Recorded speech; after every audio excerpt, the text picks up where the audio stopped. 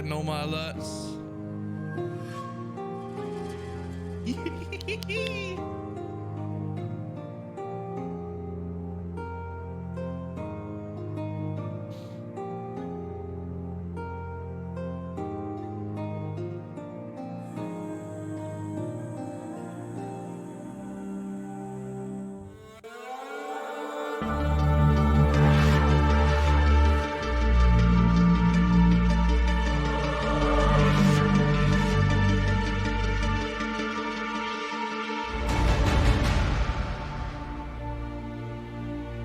Okay, so that's War for the Atlas, 2017.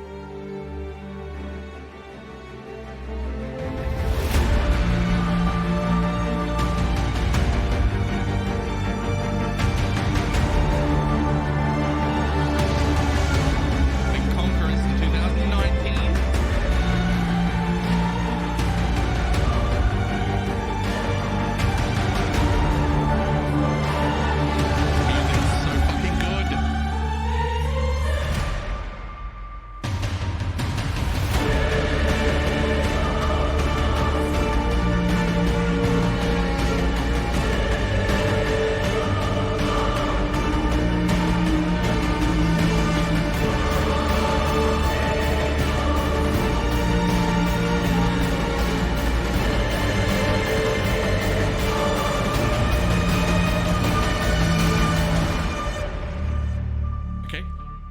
Okay. Quit edging me. Let's go. Hi, I'm Chris Wilson from Grinding Gear Games. Thank you for joining us as we unveil Path of Exile's next big expansion, Siege of the Atlas. Since the Atlas of Worlds was introduced in 2016, we have released 3 large endgame expansions, each evolving Path of Exile's endgame in a different way. Today, I am proud to present our 4th endgame expansion, which launches on PC and Mac on February 4th and on Xbox and PlayStation on February 9th. Twitch drops are enabled for today's livestream, so make sure you follow the instructions below to link your account and be eligible to earn the Wasteland Wings. We've got a lot to show you in today's livestream, so I'm going to cover a lot of ground quickly. We'll start with a trailer for Siege of the Atlas, and then dive into learning about the pinnacle bosses you'll face as you explore the new Atlas of Worlds. We'll then talk about the new way you customize your Atlas experience. Rewards are next, with a focus on both the new itemization and crafting possibilities for endgame items, and the new unique and currency items you can earn by defeating the pinnacle bosses. Then we'll cover changes to how the Atlas works with its new game systems, before revealing the Archnemesis Challenge League, which launches alongside Siege of the Atlas. After a summary of what game balance changes we're making in this expansion, we'll have a Q&A session where Ziggy D asks me questions from the community. Finally, we'll post the full patch notes as soon as the livestream ends. Let's check out the trailer for Siege of the Atlas. Oh, okay. Shh.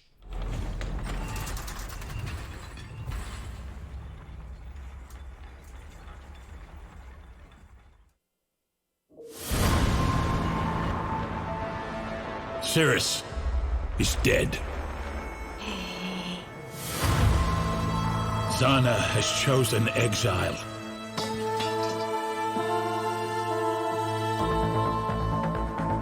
But the Atlas of Worlds remains a beacon for Eldritch Horrors. We imprisoned the Elder. We placated the Maven. We've been preparing for the arrival of another, but we never expected Thor.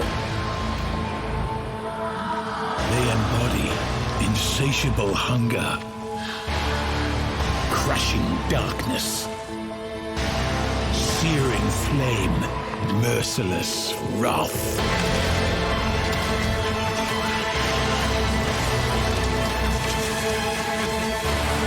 If we don't stop them, they will consume everything. This is a war for our very existence.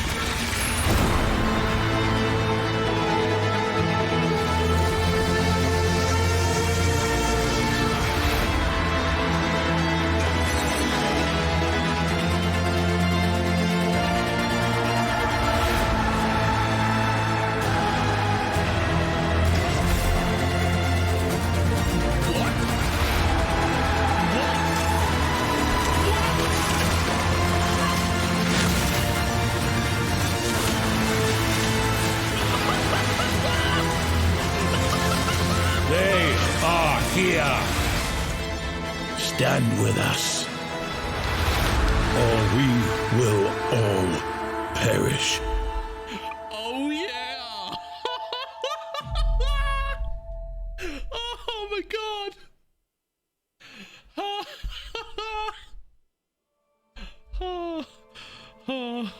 The events in Siege of the Atlas take place after the defeat of Cirrus. With Zana leaving to pursue her own agenda, Commander Kirik has taken responsibility for defending the Atlas and Rayclast against whatever Eldritch Horrors might arrive. Because Oriath was decimated by both Katava and then Cirrus, Kirik has moved several map devices to an isolated island in the Karui archipelago and has established a militia in order to prevent another event like the Cirrus incident. In this expansion, you will join Kirik's militia and will be asked to scout the front lines of the Atlas for threats. After encountering the Maven, you will learn that 2 more Eldritch Horrors like her or the Elder are on their way to the Atlas. Unlike her though, their intentions are driven by the need to consume absolutely everything they encounter. You must learn what you can do about these entities and attempt to prevent the existential threat they pose to Rayclast.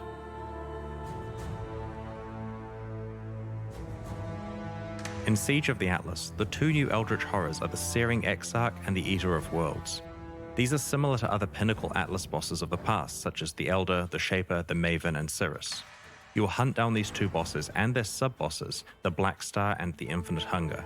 You will be able to pursue both Eldritch Horrors at the same time, but you can choose which you are pursuing on a map-by-map basis.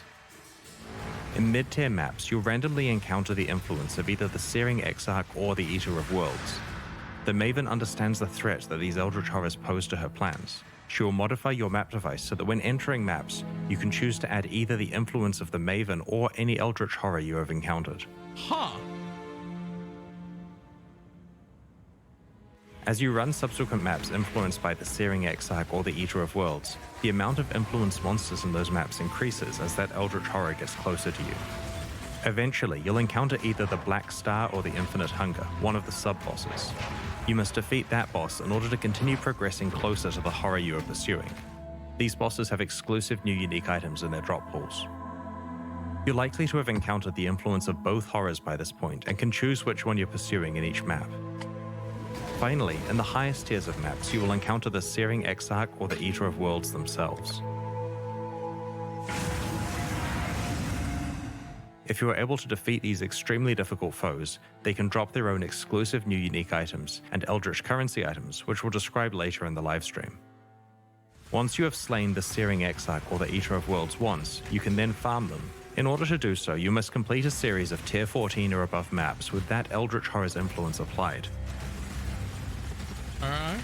You'll eventually find a key that allows you to challenge the Black Star or the Infinite Hunger again. As this key to the fight is tradable, it's not a strict requirement that you slay this first boss, but the item rewards will strongly encourage you to do so. Good. After continuing to farm tier 14 or higher horror-influenced maps, you will receive another tradable key to fight the Searing Exarch or the Eater of Worlds, giving you another shot at their exclusive rewards.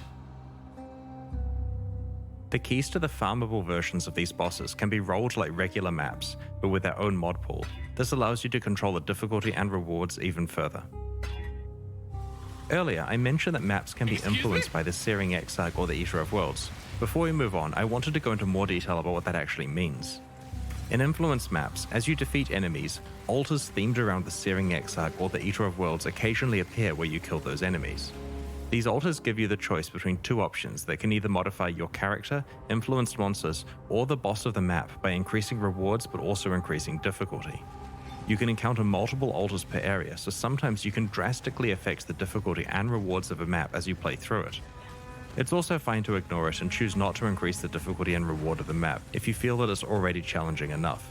No, it's not. An example of a modification is altering the map boss so that all of its damage shocks, but also causing it to drop an additional Eldritch currency item as a reward. We'll explain what these new currency items do later in the livestream. In the last iteration of the Atlas, you needed to use Watchstones to both unlock new maps and raise the level of maps across your Atlas. This required grinding Conquerors and managing the optimal placement of 16 different Watchstones. In Siege of the Atlas, we've removed Watchstones and have restored the hidden maps back to the base Atlas so they don't have to be unlocked over time. We've added much of the power from craftable watchstones to Atlas passives so that you can still access the benefits you're used to without the busy work of managing watchstones. Huh. Despite the era of watchstones being over, we do really like the ability to raise the tier of maps on your Atlas, so that eventually all of them are tier 16. To this end, we have introduced Void Stones. You can earn up to 4 of these, one each from the Uber Elder, the Maven, the Searing Exarch, and the Eater of Worlds. Placing Void Stones on your Atlas will raise the tier of all of its maps, eventually making them uniformly tier 16. Wait, every map? In Siege of the Atlas, we've removed the concept of Atlas regions entirely. This means that we're saying goodbye to regional Atlas passive trees and hello to a single gigantic Atlas passive tree. Oh my god, look at it. It's Good old huge. Path of Exile. This new tree has over 600 passives available to choose from, and you can earn 117 Atlas passive skill points by completing your Atlas. Oh my god. Each different map you complete the bonus objective of grants you 1 skill point. You can also earn some extra ones by completing the Maven's multi-boss fights.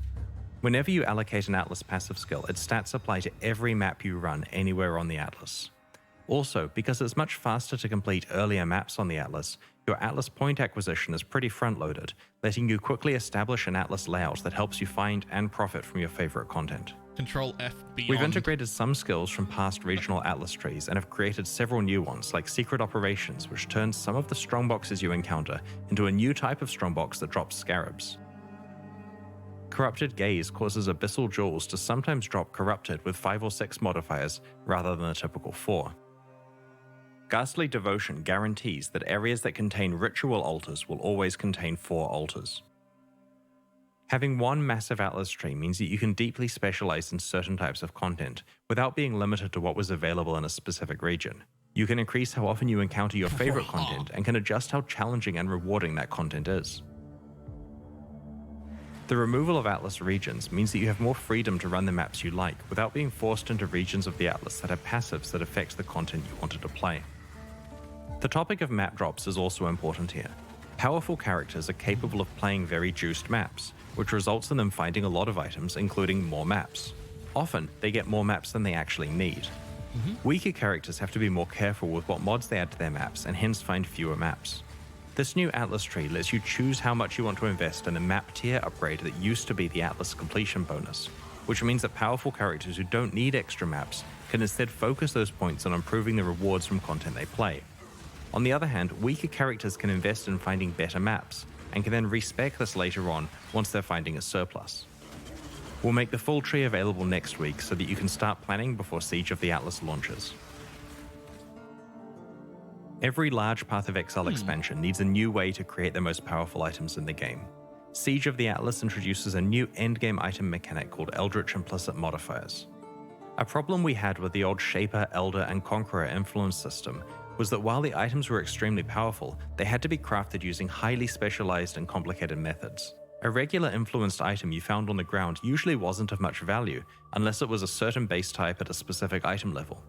Influenced items were generally not that useful in early, mid, or even most high-end maps, as they were basically a post-endgame feature. Our new system of Eldritch Implicits allows you to apply Eldritch mods to already good items that you have, so that you have a lot more freedom to choose how you create your best items. You can also start interacting with Eldritch Implicits much earlier in your mapping experience. As you know, Path of Exile items can have an implicit mod that either comes built into the item based on what type it is, or can be modified with systems such as Vile Corruption. Eldritch Implicits replace existing implicit mods, but with a twist. An item is allowed to have one Eldritch Implicit from the Searing Exarch and one from the Eater of Worlds at the same time. These implicits have many different tiers and several ways to interact with them. While playing maps in Siege of the Atlas, you may find some new currency items, Eldritch Ember and Eldritch Ichor, corresponding to the Searing Exarch and the Eater of Worlds respectively. These currency items can be applied to gloves, helmets, body armors, or boots, and overwrite the item's regular implicit mods with new ones from 2 special pools of powerful modifiers. As I mentioned before, an item can have both a Searing Exarch implicit and an Eater of Worlds implicit at the same time. Applying the same type of orb multiple times will overwrite the appropriate mod with a new random one. These gloves have a single Eldritch Implicit mod which grants you the ability to gain Rage on hit, rate limited by a cooldown. Holy shit. There are 2 Eldritch Implicit mods on this helmet. The first one simply grants some added fire damage with spells. The second implicit causes enemies within a radius near you to be unable to regenerate life. Each mod has 6 tiers of power. The first 4 tiers come from the 4 versions of the Eldritch Ember and Ichor currency items, while the highest 2 tiers can only be upgraded to with a special item we'll explain soon. The first tier of Eldritch Ember or Ichor drops on all maps and means that any important build-enabling mods are available without having to complete the entire atlas. The second and third tiers come from exploring maps influenced by the Eldritch Horrors, and the 4th tier drops from the Searing Exarch or the Eater of Worlds themselves. They're the only ones that matter. You may be wondering how you get access to the 5th and 6th tiers. This requires some luck and planning. The Maven and her encounters have a chance to drop the Orb of Conflict. When used on an item with 2 Eldritch Implicits, the Orb of Conflict lowers the tier of one implicit mod and increases the tier of the other. This allows you to manipulate the balance between the 2 types of implicits. Huh. The best possible outcome is to have a tier 6 and a tier 4 mod at the same time. In order to achieve this, you'd want to apply the highest Eldritch Ember or Eldritch Ichor over and over until you have a tier 4 modifier that you want. Then use Orbs of Conflict to try to get it to tier 6 before using more Ember and Ichor to lock in the tier 4 mod of the other type that you're looking for. We have made sure that the power of these modifiers is available earlier in maps so that you get access to them when you need them, rather than after you need them. Also, none of the new implicit mods have item level restrictions that prevent them from being applied to an item. There are also conditional versions of Eldritch Implicit mods that are only enabled when specific types of enemies are in your presence. These ramp up in power as the condition gets more restrictive. These conditional mods are designed for players who feel that they have sufficient clear speed for easier monsters and want to specialize in being even more effective against the really tough bosses where it matters. Items with Eldritch Implicits can also have a property of being dominated by one of the Eldritch Horrors. If an item has a higher tier Searing Exarch mod, then it is considered dominated by the Searing Exarch. Conversely, if the mod for the Eater of Worlds is higher tier, then it is considered dominated by the Eater of Worlds. Domination matters for 3 new currency items we're introducing. The Eldritch Chaos Orb will reroll the prefixes of an item if it is dominated by the Searing Exarch, or the suffixes if the item is dominated by the Eater of Worlds. The same is true for the Eldritch Exalted Orb and the Eldritch Orb of Annulment, which add or remove a prefix or suffix depending on which horror dominates the item. So it is Harvest Crafts. These very rare currency items give you a large degree of control over your endgame rare item crafting if you're able to manipulate the Eldritch Implicits correctly. It's important to note that you can't apply Eldritch Implicit mods to influenced items. By that, I mean items that have the old type of Shaper, Elder, or Conqueror influence. Okay. Well, that... The Siege of made the it a Atlas lot less expansion exciting. contains a whole roster of new unique items, which drop from the 4 new Atlas bosses we have introduced. All of these are powerful uniques, and we'll show you 6 of them today. The Ashes of the Stars Onyx Amulet increases the level of all of your skill gems and grants them an additional 20% quality. It also improves the reservation efficiency of your skills and lets you level all of your gems faster, which is really useful for gems such as Empower and Enlighten. The big boost to quality is very valuable with some alternate quality gems, as well as certain skills like curses. The Dissolution of the Flesh Prismatic Jewel changes the way that you interact with incoming damage. While you have this jewel equipped, damage is taken in the form of a temporary reservation to your life pool. If you reserve 100% of your life, you die. This allows you to ignore life recovery completely, since the actual amount of life you have left is irrelevant as long as you manage the timing of your life reservation. The Polaric Devastation Opal Ring introduces a new debuff called Covered in Frost, and gives you another way to apply the existing Covered in Ash debuff. This is a solid ring for anyone specializing in either fire or cold damage. In a similar vein to Covered in Ash, Covered in Frost causes the target to take 20% increased cold damage and lowers their critical strike chance. The Ceaseless Feast Spiked Gloves have a new debuff called Corrosion, which you can stack up on enemies to remove their armor and evasion. This is not only a great way to reduce their physical damage reduction, but the gloves also have an additional bonus that applies when you have stripped away all of the enemy's armor or evasion. We are also introducing a pair of very rare aspirational unique jewels, Forbidden Flame and Forbidden Flesh. Each of these jewels drops from one of the 2 new Pinnacle Atlas bosses, and they are certainly unique in that they must work together to unlock their potential. They require the user of the jewel to be a specific class, and they roll with a modifier that specifies a random ascendancy skill from one of the ascendancies of that class.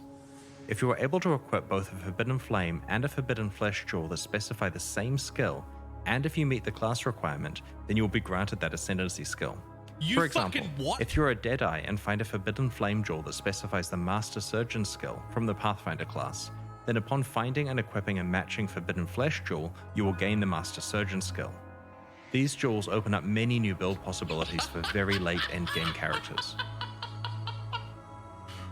The favored map system allows you to find more of the maps that you want to play.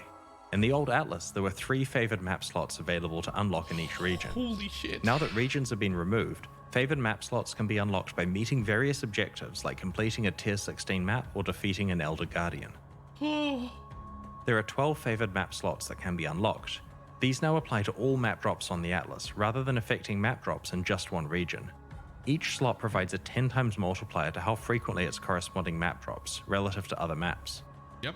You can select 12 different maps as your favored maps, No. or you can put the same map type in all 12 slots for Yep. a massive 120 times boost to its occurrence in your drop pool. Yep. This is particularly powerful once you've socketed all 4 Void Stones into your Atlas, making all of your maps tier 16, and with a 120 times multiplier applied to a specific map. In this case, the specific map you have chosen will constitute over 50% of all tier 16 map drops. Good.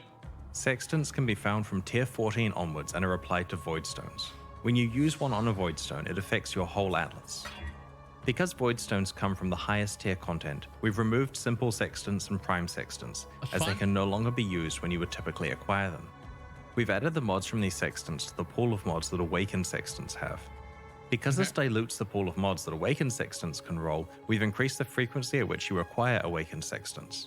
Your existing Simple and Prime Sextants will be converted to Awakened Sextants at the launch of Siege of the Atlas. We have made no changes to Elevated Sextants.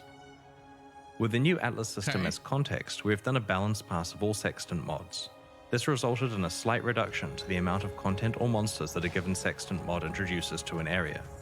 We've removed the Nemesis Monsters Drop 3 additional currency items mod, both because it's busted and because it's incompatible with our future plans for the Archnemesis League content. We've also added a whole bunch of new Sextant modifiers.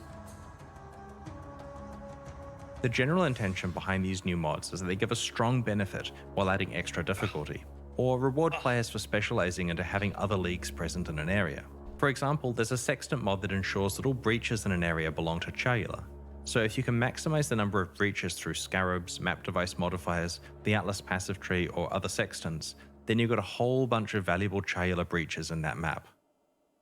With the removal of Watchstones, players would have lost the ability to swap in and out Watchstones with different Sextant modifiers on them depending on which maps they were running. We like the strategic use of Sextants, so we have reintroduced this behavior with a new currency item called the Surveyor's Compass. This can be applied to a Void Stone with a Sextant mod on it to itemize that Sextant mod for later use or trade. This currency item drops periodically and is also sold by Kirik for 1 Chaos Orb, similar to how Einhaus sells Bestiary Orbs. There's no limit on how many you can purchase. With Zana gone, you may be wondering what is happening to her Atlas missions. Well, Kirik is taking over from her, but it works a little differently now. Kirik has assumed the position of commander, and he has important missions for you to carry out in the Atlas. You open these missions at your map device and can run them just like before. However, you won't encounter Kirik inside a map, and you won't be able to apply Kirik objectives to a map itself. Because of this, we have raised the chance that you receive a Kirik Atlas objective when you defeat a map boss. Previously, Zana's missions had completion objectives, but with the removal of the favor system, this stopped mattering. Instead of focusing on completion, Kirik missions now focus more on rewards, and so their purpose is to provide you with additional league content or extra item drops. Instead of your free daily mission being based on the last map you've completed, it's now based on the highest tier map you've completed in this current league. For example, if you completed a tier 16 map, your daily missions will always be high tier maps. Kirik missions can now include additional content like Conquerors, Ritual Encounters, Expedition Encounters, and even Monstrous Treasure, the former prophecy that makes an area contain 24 to 36 additional strongboxes with no natural monster inhabitants. Kirik now sells you maps, much like Zana did in the past, except there is now a wider variety of outcomes with variance on the prices, so you should probably go and check what he's selling more frequently in case there's a good deal. The items in the window are re-rolled under the same conditions as Zana's previous shop. Kirik can sell maps that come with implicit mods enabling various content. For example, a map that always has a Legion encounter, or maps that have varying degrees of deliriousness on them. As you play through maps, you'll occasionally find Atlas scouting reports, essentially communication about important missions from other people who scouted the Atlas and didn't survive. These items can be used like a currency item to re-roll the set of mission maps that Kirik is offering you. These new maps have a different set of mission outcomes that includes valuable ones like guaranteeing a unique map, having all maps be corrupted, always including a Shaper Guardian, Elder Guardian, or Conqueror, having only uncompleted maps available, or adding a Breachstone to the selection. The value here is not only the re-roll of what is offered to you, but also the guarantee of one or more high-value missions. On the Atlas passive tree, you can specialize into finding more Atlas scouting reports or unlocking new types that can drop. Kirik also sells the aforementioned Surveyor's Compass used to itemize Sextant mods, as well as everything else Zana previously sold, like specific divination cards. Despite them not being part of the core Atlas experience anymore, it's still possible to fight Cirrus and the Conquerors to take advantage of their influence and unique item rewards. Tier 14 or higher map bosses now have a chance to drop maps influenced by the Shaper, the Elder, or a random Conqueror. You can also purchase these maps from Kirik. When you enter the map, you'll be met with hordes of influenced monsters that can drop influenced items. Upon defeating the map boss, a portal will open to the Conqueror's arena. Yep. Upon death, the Conqueror will drop a fragment. Yep. Each Conqueror has their own fragment. Oh shit. Combine all 4 fragments in your map device to open a set of portals to the Cirrus encounter. So unique. As it's now harder to get influenced items, we've moved plus level gem modifiers into the global mod pool for amulets. So it's now possible to get the powerful +2 levels to certain gems without having to use influenced amulets. Now that Cirrus and the Conquerors are no longer core parts of Atlas gameplay, they will not drop awakened gems. These gems can now drop from Maven invitations. Archnemesis is a challenge league that reinvigorates fights with rare monsters. It introduces around 60 new monster mods and allows you to customize your rare boss fights to control your level of risk and reward. These mods can be combined in over 35 recipes to create new, more powerful and rewarding mods. As you play through the league, you'll discover more recipes and learn how to best utilize them to get the most valuable rewards. When you slay regular rare and magic monsters in the Archnemesis League, they sometimes drop an itemized version of a new Archnemesis monster modifier. You store these in a dedicated inventory panel so they don't clutter your regular inventory. Over the course of each area you play, you'll encounter 4 monsters that are frozen in place, petrified, and bound to an Archnemesis statue. When you find such a monster, you can free it by empowering it with an Archnemesis mod. If you're able to successfully defeat the empowered monster, then you will receive the fixed reward that corresponds to that modifier. The trick that makes this league awesome is the 4 petrified monsters per area. You see, the mods you apply will accumulate as you play through the area. When you empower your second monster, it also has the mod you applied to the first monster. This results in a fight that has twice as many dangerous mods and twice as many rewards. Even though you receive the reward from the first mod when you killed the first petrified monster, you receive a second reward of that type when you kill the second petrified monster. The same applies to the third and fourth fights in the area as well. By the time you defeat the fourth monster, you'll have received the first reward 4 times, the second reward 3 times, and so on. Take care when picking what order you consume your mods so that you can maximize your rewards. More than half of the available mods are created by combining other mods together on the same monster. As an example of how this works, if you apply both Incendiary and Hasted to the same monster, then in addition to the rewards that these 2 mods grant, you will also receive an itemized Flame Walker mod upon killing the monster. This can then be applied to another petrified monster later on to complete further recipes. These recipe mods yield substantially more dangerous encounters and have more valuable rewards. Even if you're not completing a recipe with your modifiers, you can still combine them to get some ridiculous combinations of rewards. For example, defeating an Innocence Touched enemy grants 3 currency rewards and converts all other rewards into currency. Defeating a Mirror Image enemy grants a Divination card reward and rerolls all rewards 3 times, yielding the rarest result. Killing a Flamewalker enemy grants 3 weapon rewards. Killing a Toxic enemy grants a generic reward plus a gem reward. If you were to kill an enemy with all 4 modifiers, you get a total of 9 currency rewards, each rolled 3 times and dropping the best result. But if you apply the mods in the order mentioned above, then as you kill each of the 4 monsters in the area, you'll receive the earlier rewards multiple times. The end result is the equivalent of getting 60 currency rewards and receiving the best 20 plus 3 regular currency rewards. As you can see from this example, even the basic rewards that offer say 3 random weapons are really useful because you can combine them with reward conversion mods to take advantage of their high item counts. We're looking forward to seeing what other types of crazy ways you manage to combine your Archnemesis rewards. To prevent you having to backtrack, there are more than 4 possible locations where you may encounter petrified monsters in each area, but only the first 4 you encounter can be empowered and fought. Oh, that's good. Archnemesis mods cannot be traded with other players. Your progress is your own. We designed this league to be a relatively simple one to go alongside all of the new Atlas content in this expansion, and it exceeded our expectations. The fights are fun, the rewards are punchy, and there are a lot of tough decisions about which reward combinations or recipes you can pursue. In Siege of the Atlas, our balanced goal is to take 2 very common gameplay archetypes that struggle with endgame content and to buff them so that they're in a much better place compared to other builds. The ones we are targeting are hit damage bow characters and handcasting spellcasters. If you haven't checked out the Balance Manifesto about these changes that we posted recently, I'd encourage you to read all about them in the patch notes that will be posted when the livestream ends. To be clear, this expansion does have a few of the usual nerfs to the most overperforming builds, but for the most part, the majority of balance changes are buffs. The goal is that players who play hit damage bow builds and handcasting spellcasters are significantly more competitive. Alongside Siege of the Atlas, we're introducing 2 new types of stash tab, one for flasks and one for gems. A side effect of this is that you're able to set your regular tabs to have affinity for flasks or gems, regardless of whether you've purchased the new specialized tabs. The Gem Stash tab allows you to easily store and sort your collection of up to 500 skill and support gems. By default, it displays all gems stored in the tab, but you can use one of the 4 categories at the top to filter between red, green, blue, and white gems. There's a drop-down that allows you to pick your preferred sorting method, such as current gem level, required level, or quality, to easily find whatever gem you're looking for. The Flask Stash tab allows you to store 500 flasks, and can be filtered to show life, mana, hybrid, utility, and unique flasks. You can also use the drop-down to change the sort order between item level, base type, and quality. This allows you to quickly find flasks of a certain type, potential flasks to vendor for glassblowers baubles, or high item level flasks for crafting. Remember that regardless of whether you've purchased these new tabs, you'll still be able to set up affinities for gems or flasks on your existing stash tabs.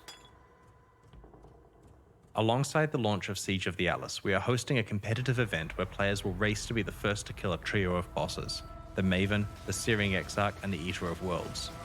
The event will take place in the hardcore solo self-found Archnemesis League. Alright. We have some interesting prizes in store for the winners. Keep an eye on the news next week for more details about how this event will work and what its prizes are.